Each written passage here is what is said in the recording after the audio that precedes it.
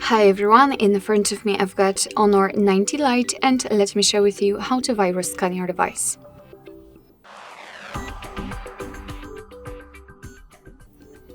So first of all, we have to find a special application which will do it for us. Fortunately, it is the system manager. So let's enter, and as you can see right here we've got the virus scan option. So let's tap on it, and as you can see in my case the device is secured. However, your device will probably scan everything, so scan the apps and show you the final results. If it will find any malware, any viruses, any kind of problems basically, it will notify you about that and you will be able to take some actions.